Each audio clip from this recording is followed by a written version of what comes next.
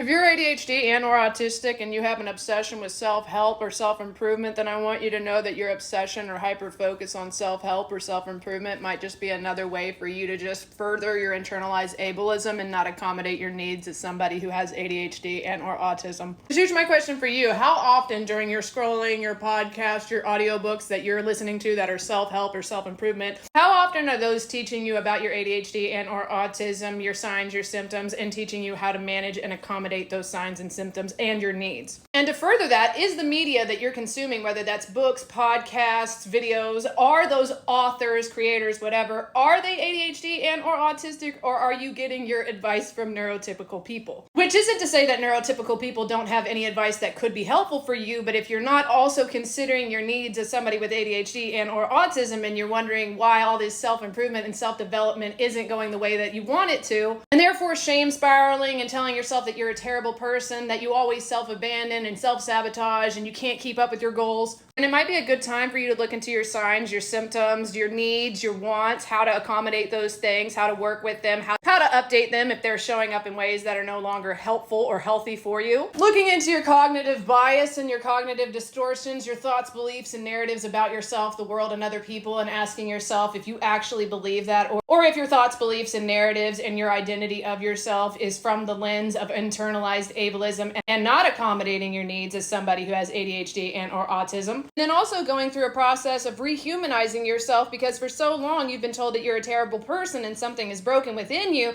Maybe that's why you have this special interest, hyper-focus, or obsession with self-help and self-development, which in and of itself isn't an issue as long as you're balancing it and remembering to have fun and remembering to tell yourself that you're not a project, you are a human who is allowed to make mistakes, as well as just enjoy your life without always having to change something about yourself. Oh, and parts work and shadow work might really help you understand and get to know the different parts of you that you have shamed and just outcasted. I'd also strongly recommend a daily practice of nervous system regulating techniques as well as somatic exercise so that you can get back into your body instead of constantly being in your brain and telling yourself about all the ways that you're terrible, because you're probably disconnected from your body, because a lot of neurodivergent people don't feel safe in their body and therefore have a disconnection with their body. Just a thought. So anyway, I hope that helps at least one person. My name's Sarah. I'm your favorite self-experimenting coach or companion, and I help get people reacquainted with who they most authentically are. You're an amazing person, and I hope you have the best day.